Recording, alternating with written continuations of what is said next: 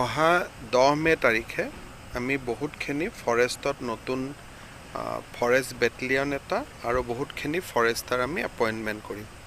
গতিকে কেনেকৈ কাজিৰঙাত আমি আৰু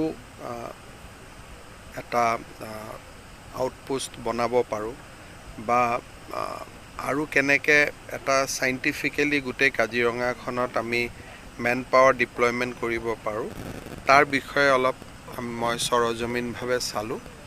পৰৱৰ্তী সময়ত আমি এই বিষয়ে লোৱা সিদ্ধান্ত আপোনালোকৰ জৰিয়তে ৰাইজক অৱগত কৰিম। অহা 10 মে তাৰিখে আমি বহুতখিনি ফৰেষ্টত নতুন ফৰেষ্ট বেটেলিয়ন এটা আৰু বহুতখিনি ফৰেষ্টাৰ আমি এপইণ্টমেণ্ট কৰিম।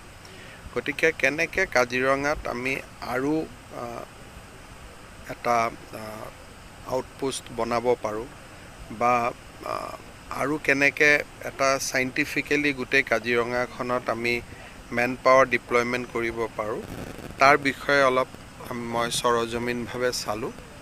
পৰৱৰ্তী সময়ত আমি এই বিষয়ে লোৱা সিদ্ধান্ত আপোনালোকৰ জৰিয়তে ৰাইজক অৱগত